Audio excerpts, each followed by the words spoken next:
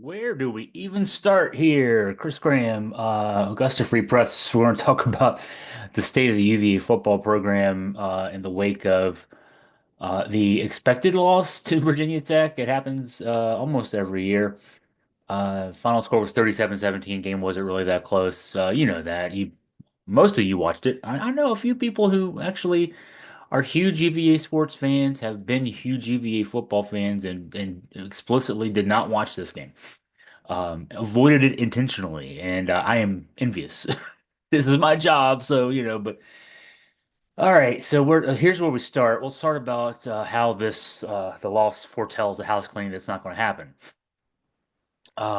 3 weeks ago, the UVA football team got a surprise win over a then top 20 Pitt team that had just recently been 7-0. As it turns out, finished 7-5. So at the time, it looked like a big win. Probably wasn't as big a win as we thought, but it's still over a win over a team that finished 7-5. There's something there. At that time, that was the fifth win for Virginia. Got Virginia to a 5-4 record. And it looked like one game away from being in a bowl. Now the last three games were Notre Dame, SMU, Virginia Tech, but if you can beat a top 20 team on the road, you can win one of those three games. You can maybe win two of those three games. Worse, stranger things have happened. In the final three games, as we know, the Virginia team fell behind 35 nothing to Notre Dame, 26 nothing to SMU, 27-3 to Virginia Tech before the offense would get going to the degree that it would in those games. And it didn't, the change in quarterback didn't help as going from Anthony Colandrea to Tony Elliott just, it didn't change the play calling, didn't change the game plan or lack thereof. And so now Tech has won four straight in this series, 19 of the last 20, 23 of the last 25, dating back to 1998. That's the last time Virginia won in Lane Stadium. I was 26 years old back then. I noted in a column this week. That's 26 years ago. So literally half my lifetime ago is the last time Virginia won in Virginia, in Blacksburg, down at Virginia Tech.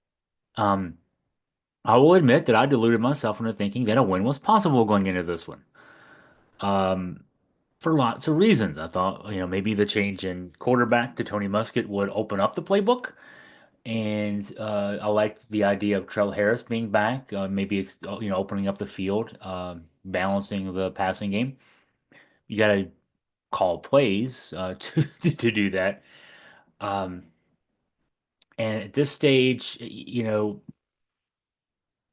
going into this game, Virginia Tech was 5-6, just like Virginia was.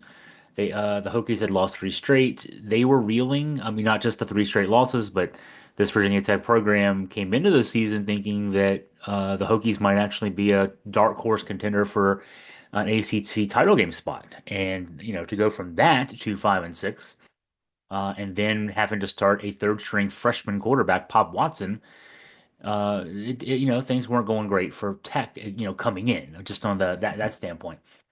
And so, there was rumor going into the game on Saturday. It popped up during the day on Saturday that after the decision was made to go Tony Muskett, or at least after we knew about the decision being made to go to Tony Muskett, at least publicly, which was found out on Saturday. I had gotten an inkling on Tuesday.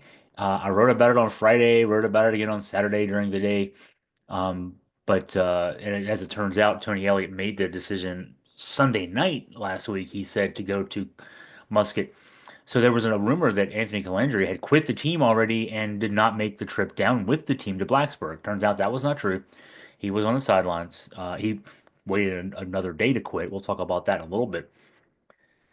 Game story is what it is. 10-0 lead for Virginia Tech after two drives. Virginia ran five offensive plays in the first quarter. It was 20-3 at halftime. It was 27-3.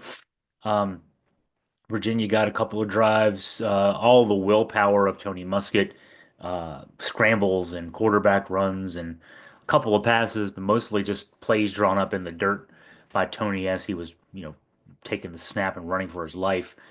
Got the lead to 27-11. Tech kicked another field goal, 30-11, another touchdown, failed two-point conversion, 30-17. Virginia's defense gets a stop. Virginia offense gets the ball back. Terrible game planning or game play calling. I'll get it to game planning and play calling, but on the specific drive down 30-17 early fourth quarter, A crossing pass that would have gone for 3 yards was dropped, a 3 yard quarterback run, and then for some reason throw a deep out um, on 3rd and 7. Makes no sense, but that's what we've had all season long from Des Kitchings, the offensive coordinator. And 4 plays later, after Tech got a first down on a 3rd down to extend the series, Bashal Tootin ran 58 yards, broke a tackle in the backfield, ran untouched thereafter to put the game away. We were told repeatedly all fall that a reason that uh, Tony Elliott had gone with Anthony Colandrea over Tony Muskett was that Muskett wasn't mobile enough. He he ran for 86 sack adjusted yards on 13 carries in this game. He was mobile enough. That wasn't the move. His passing numbers weren't good, 19 of 36, 178 yards, 2 INTs, but you can only run the plays that your offensive coordinator calls for you, and we didn't get a lot of good play calls, just like neither did Colandrea in the later stages of the season. Um, Pop Watson, the third stringer on that side, he had only run plays with the first team offense in the past week. And the offensive staff there at Tech did a great job building an offense around him. 14 of 21, 254 through the air and a TD, 65 sack adjusted rushing yards on 9 attempts. And it just felt like more than that. I mean, I'll be honest, it felt like he did a lot more than even those numbers suggest. The Tech offense gained 456 yards, 7.5 yards per play. Virginia finished with 274 yards, 4.0 yards per play. And a lot of that was the garbage time stuff. So where do things go from here?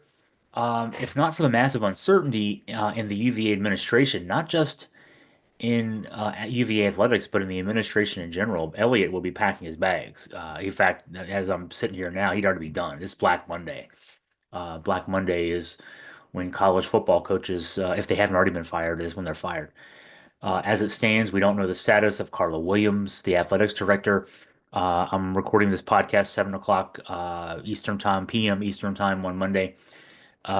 Earlier in the day, I sent an email to the UVA athletics media relations staff.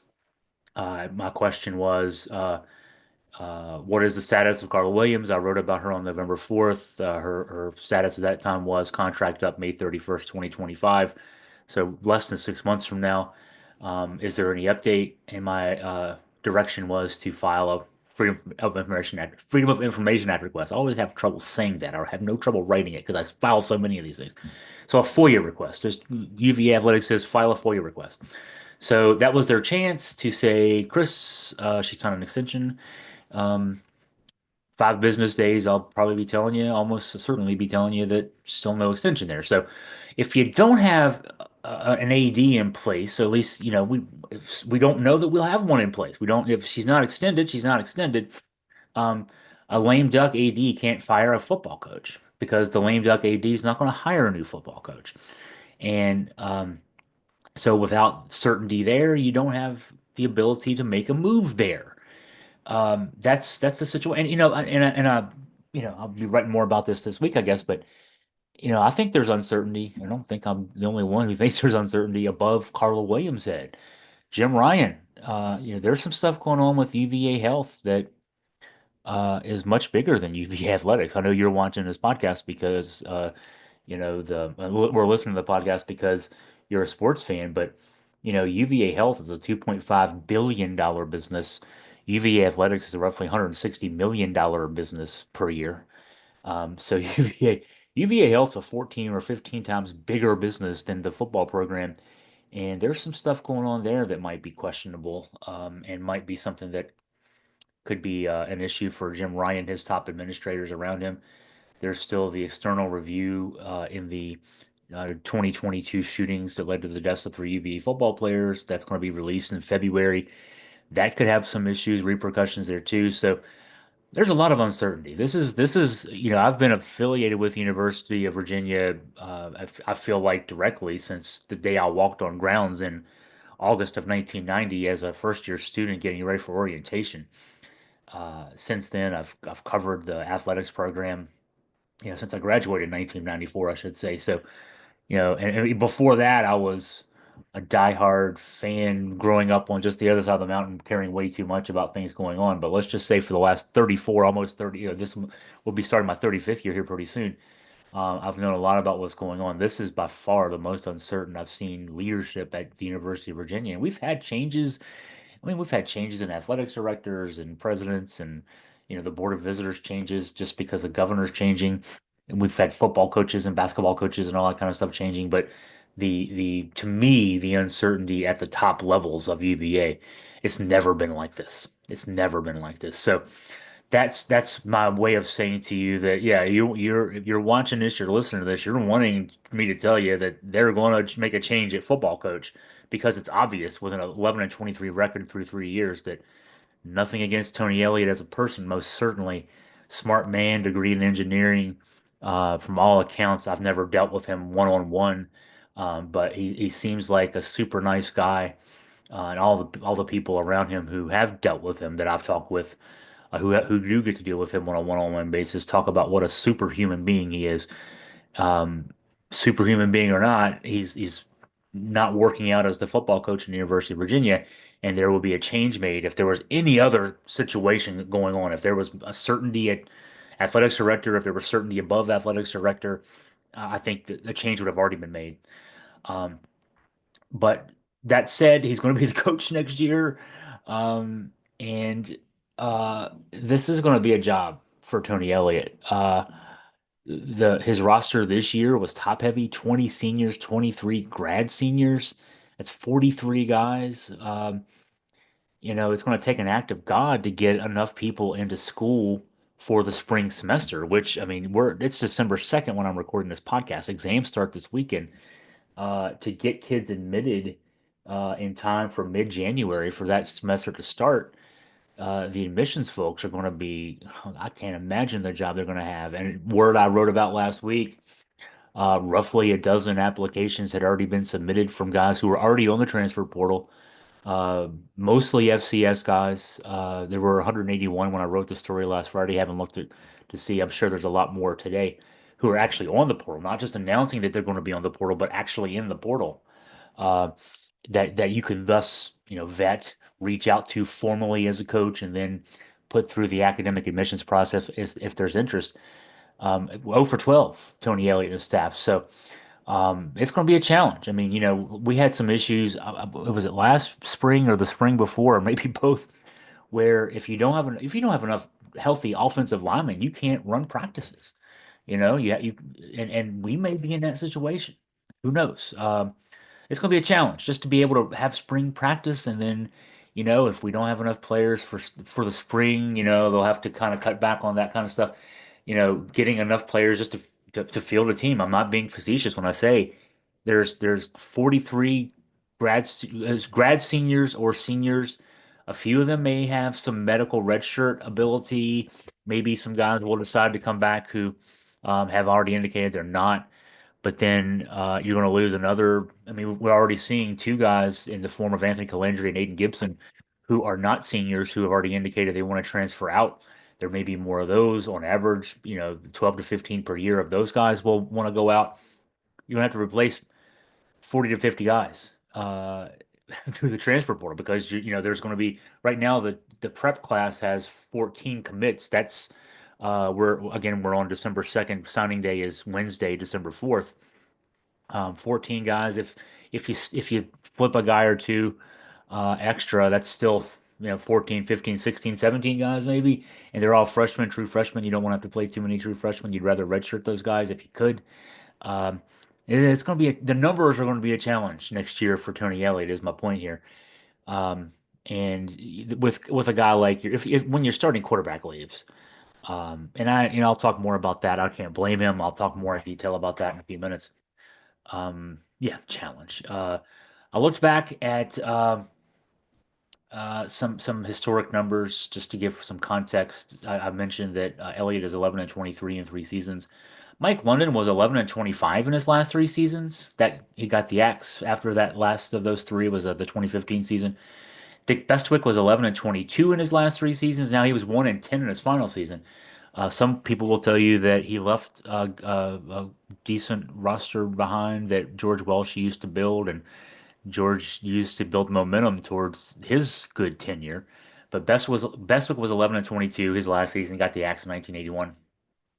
Don Lawrence only got 3 seasons. I'm going back into the 70s now. Um, and he was 11 and 22 and got the axe. So, I mean, guys with 11 wins in 3 seasons at Virginia get the axe. I mean, and even back when the money wasn't what it is now, Lawrence, early 70s, Bestwick, late 70s, early 80s.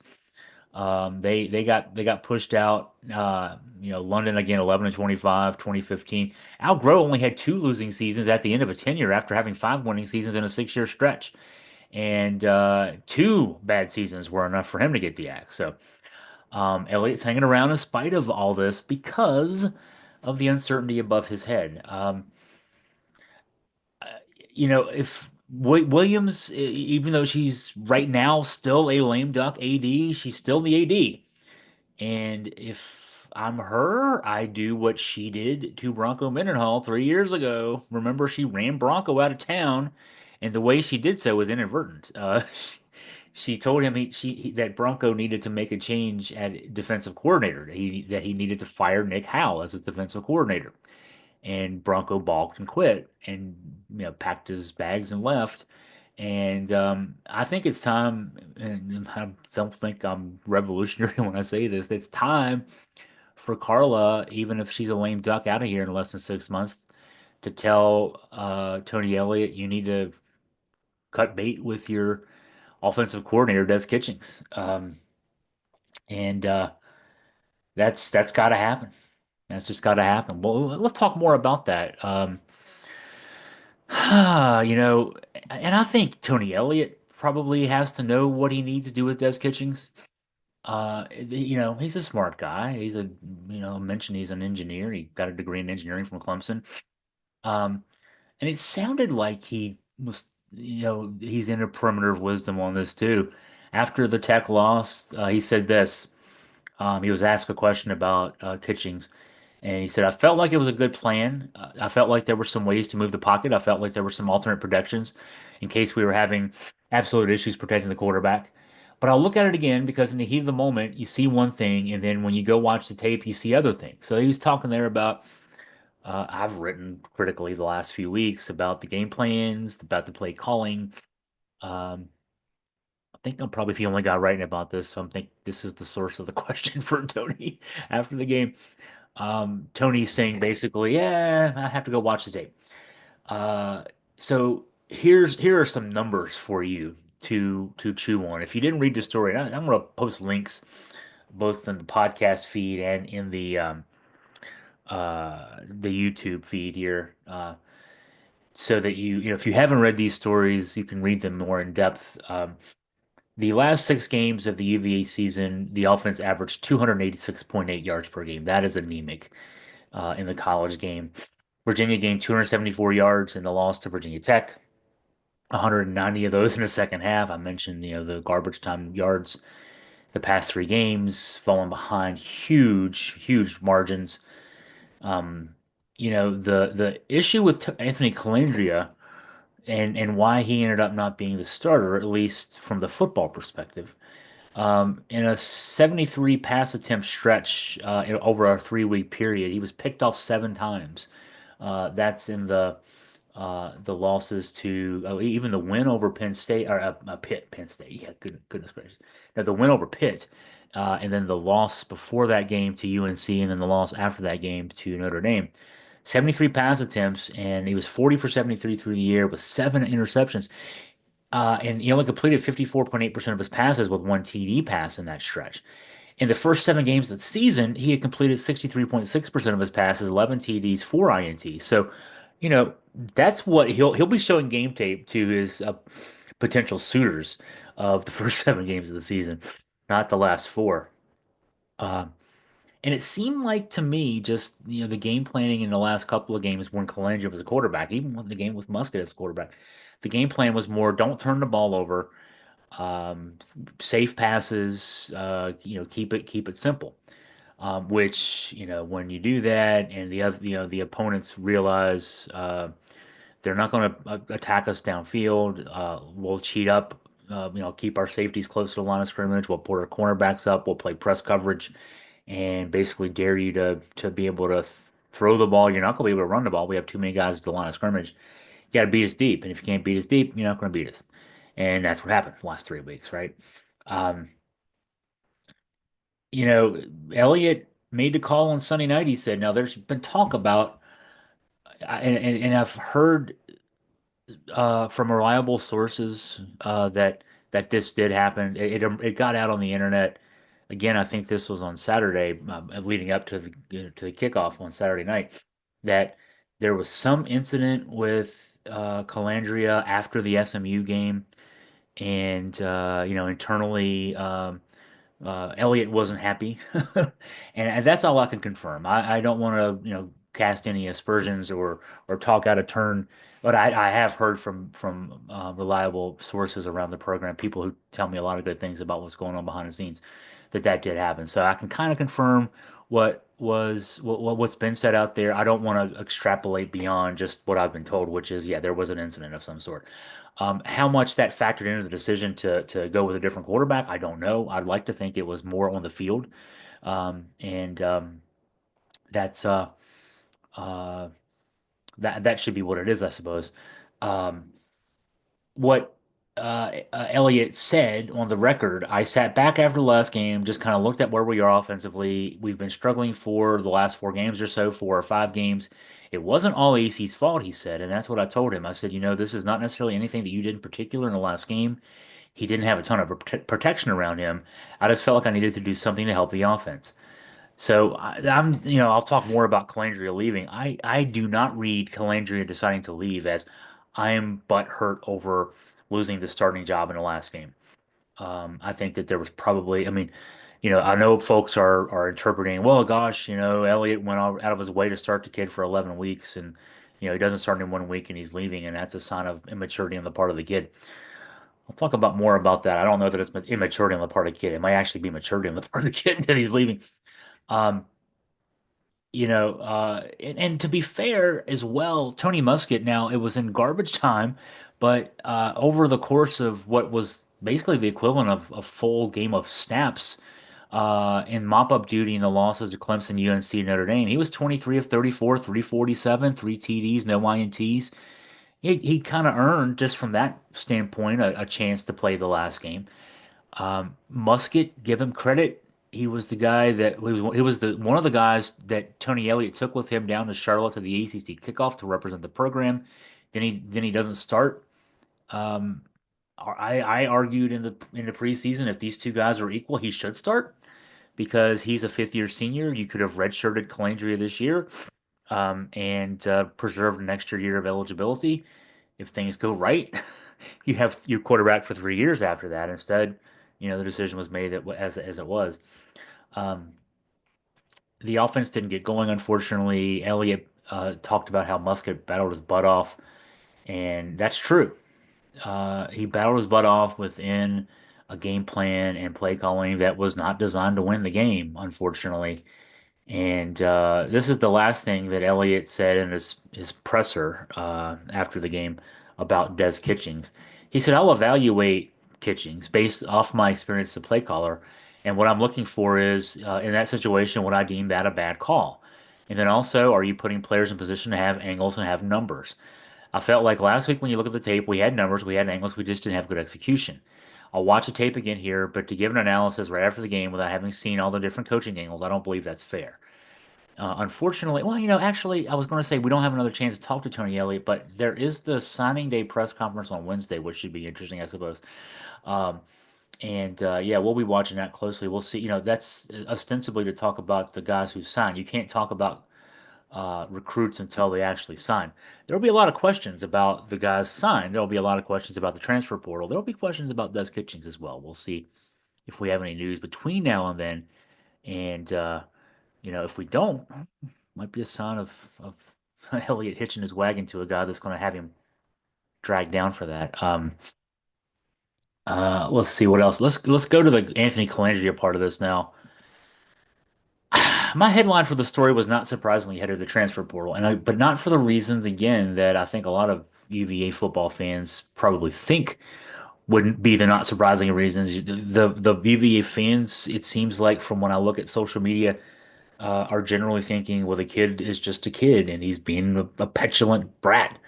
I didn't start the last game, I'm leaving. I don't know that decisions are made that way. I can't think they're made that way. Um, He'll have 2 years of eligibility remaining. Now, he's not going to be a power four quarterback. He's not transferring out of Virginia with the body of work that you've seen from him the last 2 years. Nothing against the kid. He started 17 games.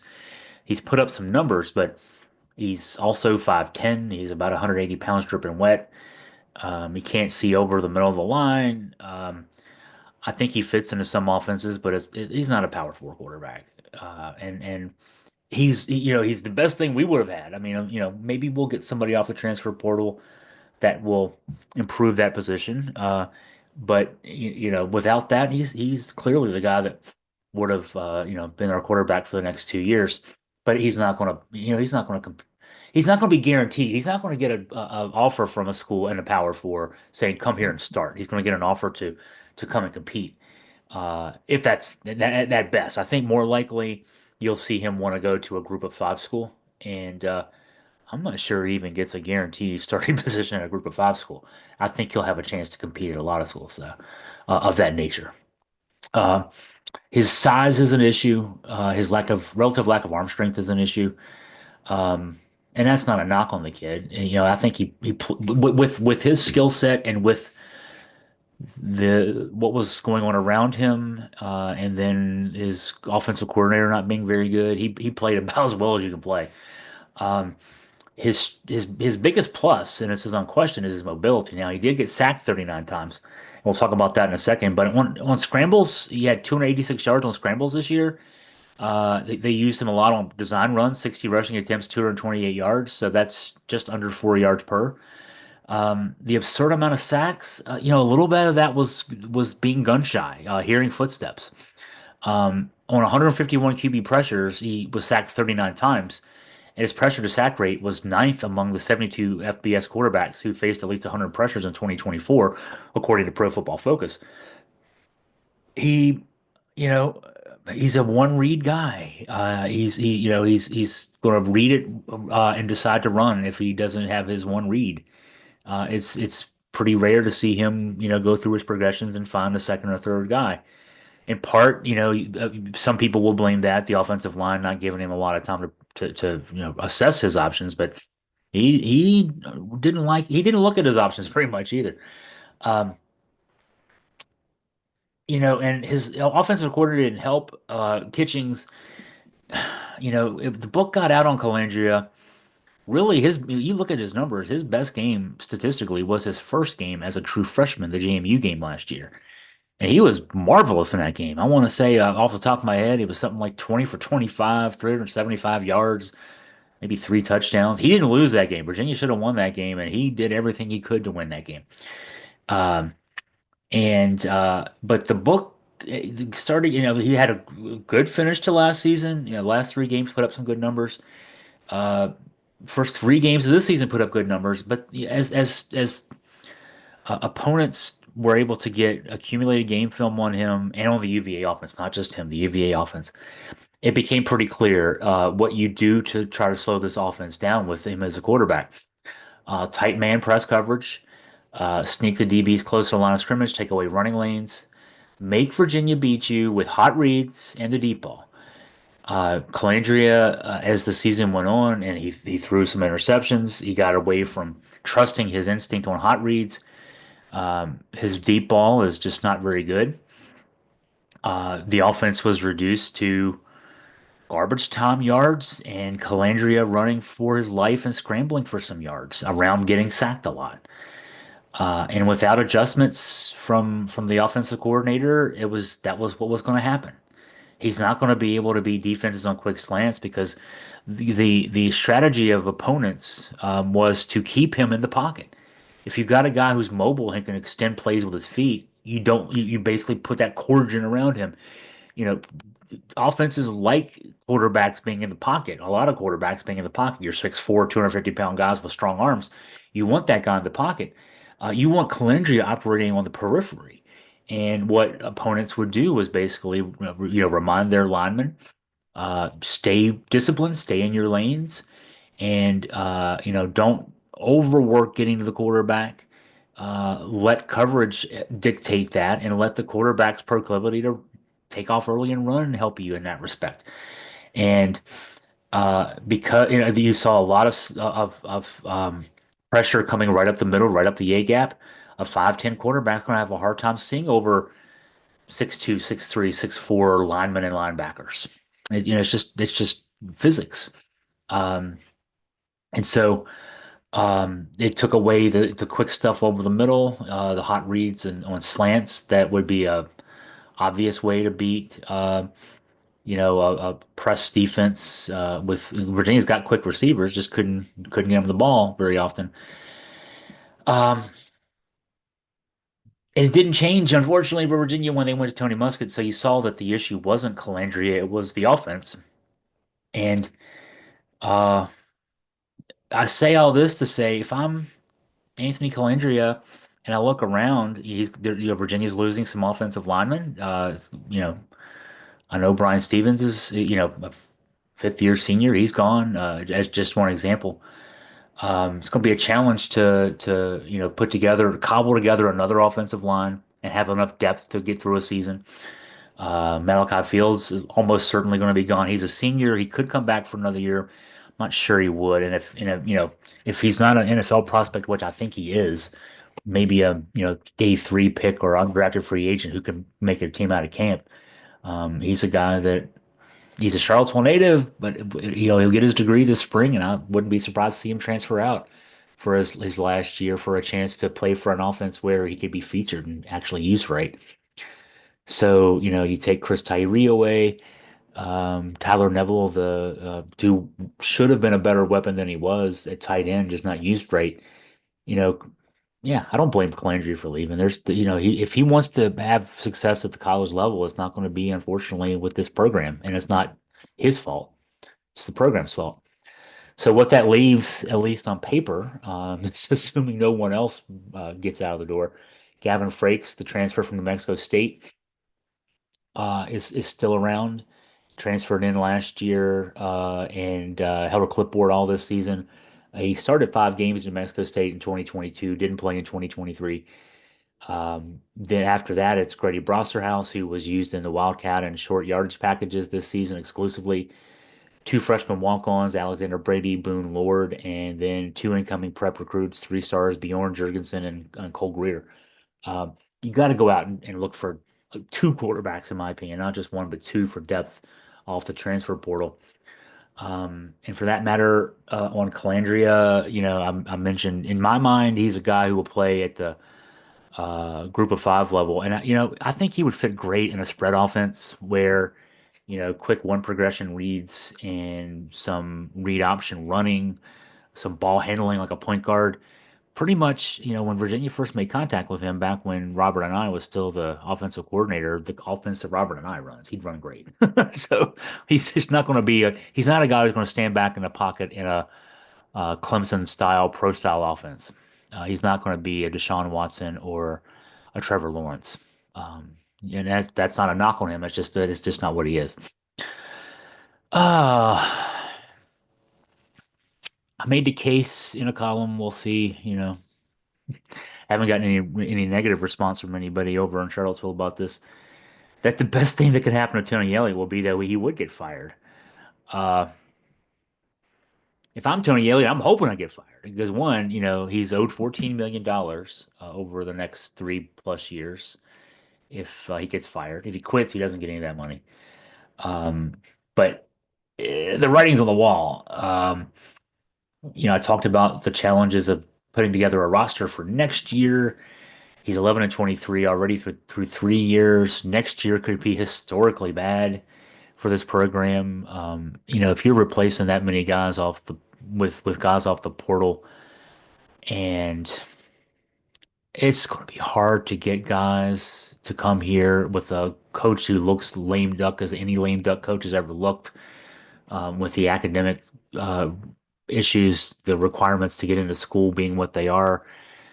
it's going to be a challenge. And, I mean, 2-10 might be a high water mark for next year's team. I'm not trying to poo-poo anything. It's just realistically, this team is staring 0-12 straight in the face right now.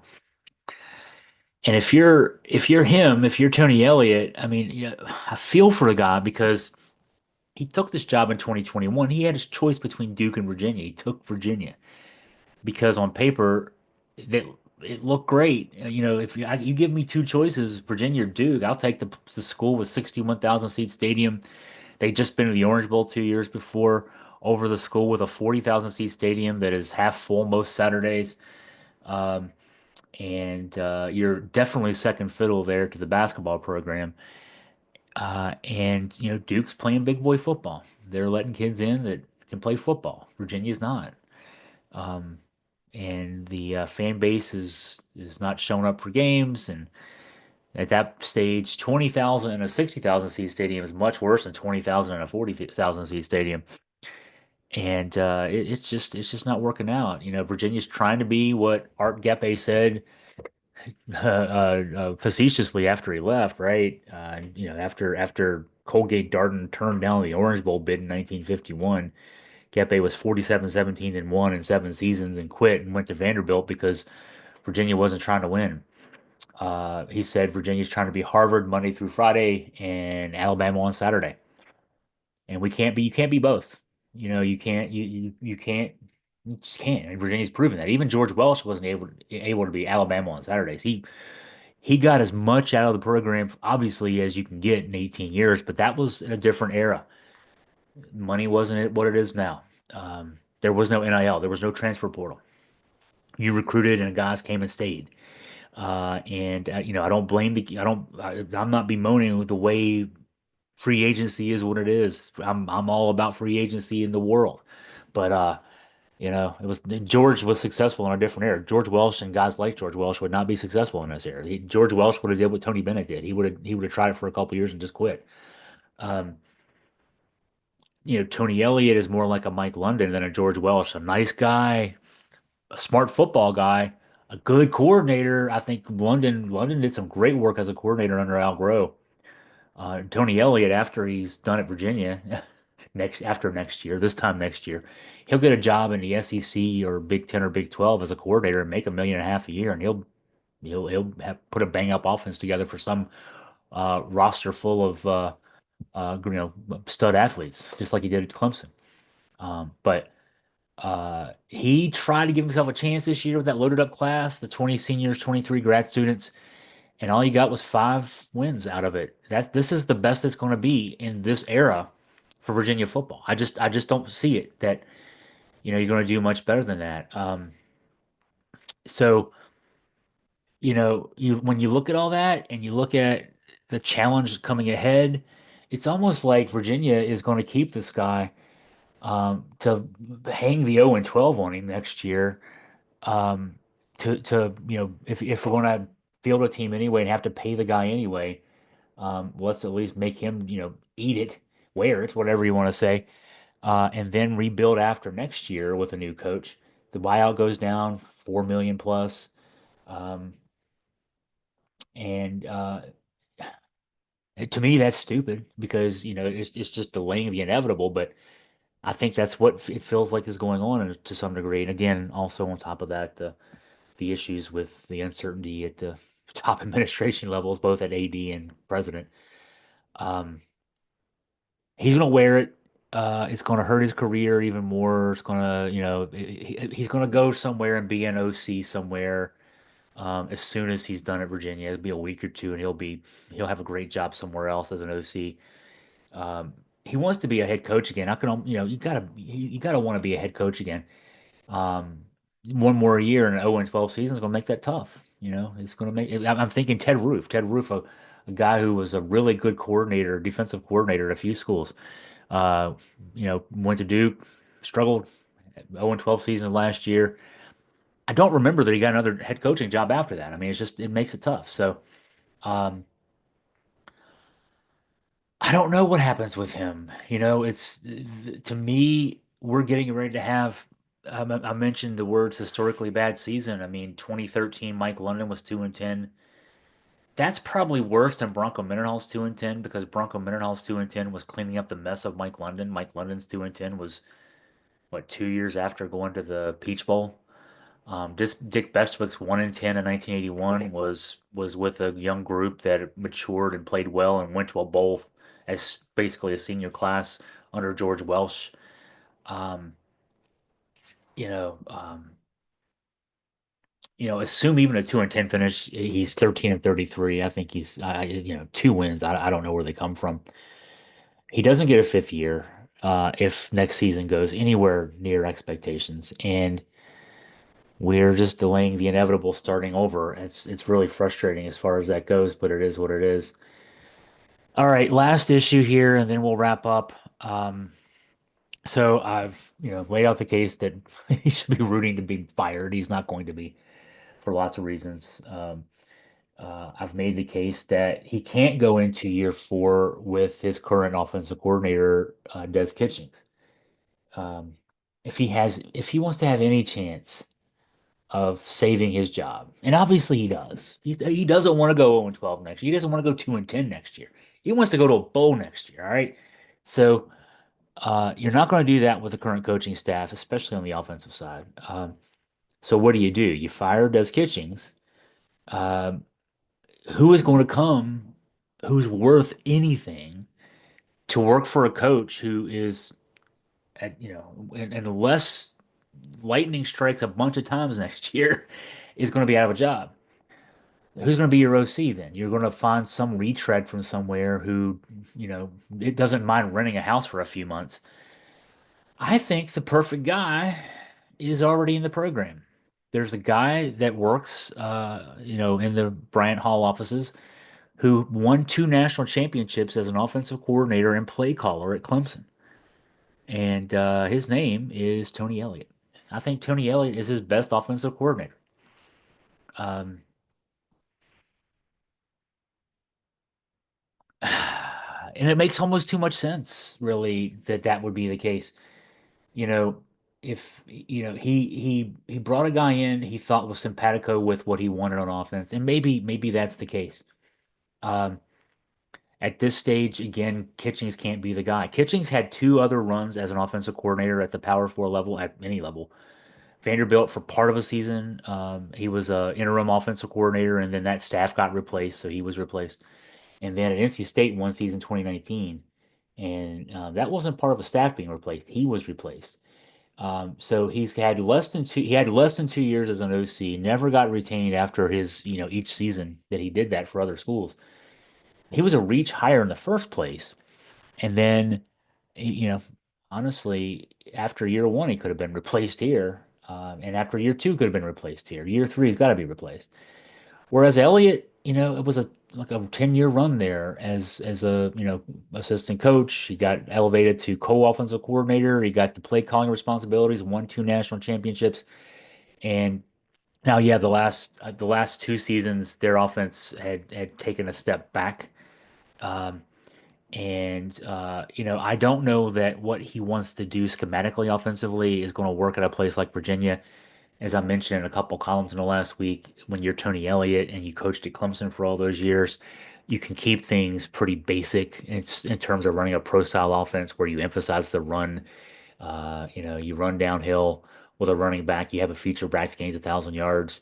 You have 2 big receivers out there that you throw the ball to when you need to. You have a quarterback like a Deshaun Watson or a Trevor Lawrence, two first round picks who are making lots of money in the NFL now. Um, all 11 of your guys are better than all the other 11 guys on the other side of the ball. You don't have to be too uh uh frou-frou with your your scheme and your play calling. You just got to beat them up every play. That's not going to work in Virginia. You're not going to have a 6'4" quarterback, um, like a Trevor Lawrence. You're not going to have Travis Etienne coming to play football for you. You're not going to have, all the guys at receiver that they had over the years, Higgins and all those guys.